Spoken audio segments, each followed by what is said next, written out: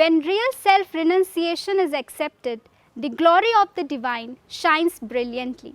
St. Euphrasia was grown in the garden of Carmel, where she rose to the heights of mystical experiences.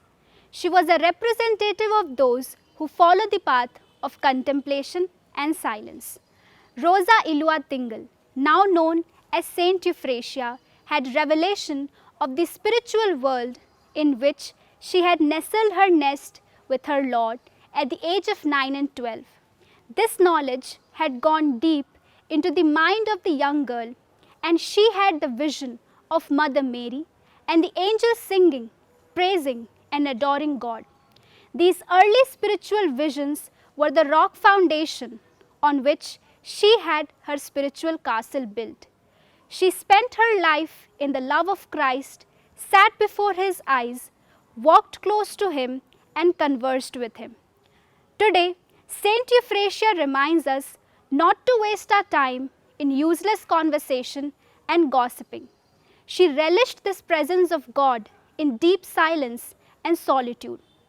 As we are living in a noisy world, St. Euphrasia reminds us to remain still, to follow God's ways. St. Euphrasia spent long hours in the chapel and grew in union with God.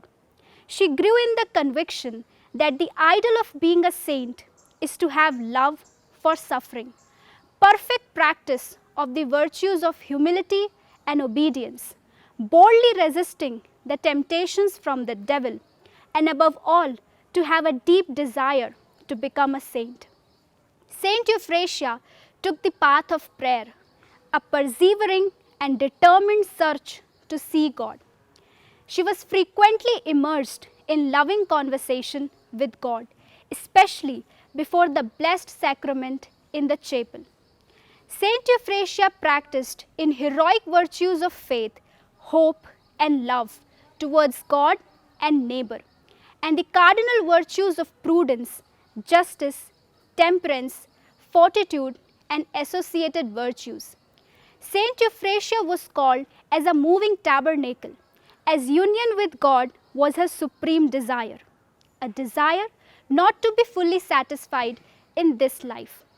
People were fortunate to enjoy the spiritual fruits which she produced in the fullness of the Holy Spirit. She kept her mystical union with God by being strict with herself and showed generosity to others. She willingly trod the path of forgiveness and encouraged others.